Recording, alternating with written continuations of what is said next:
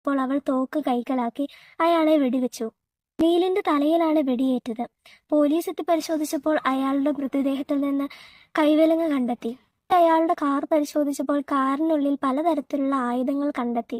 അത് പോലീസിനെ സംശയത്തിലാക്കി. അങ്ങനെ പോലീസ് നീലിനെ പറ്റി കൂടുതൽ അന്വേഷിക്കാൻ തീരുമാനിച്ചു. ആ അന്വേഷണത്തിൽ 8 വർഷം അയാൾ താമസിച്ചിരുന്നത് വാദോ എന്ന സ്ഥലത്താണെന്നും അയാൾ അവിടെ താമസിച്ച 8 വർഷം, അതായത് 2003 മുതൽ 2007 വരെ ആ സ്ഥലത്ത് നിന്ന് നിരവധി ലൈംഗിക തൊഴിലാളികളെ കാണാതായതായും പോലീസ് കണ്ടെത്തി. കാണാതായതിൽ 3 പേരുടെ മൃതദേഹാവശിഷ്ടങ്ങൾ പിന്നീട് കണ്ടെത്തിയിരുന്നു.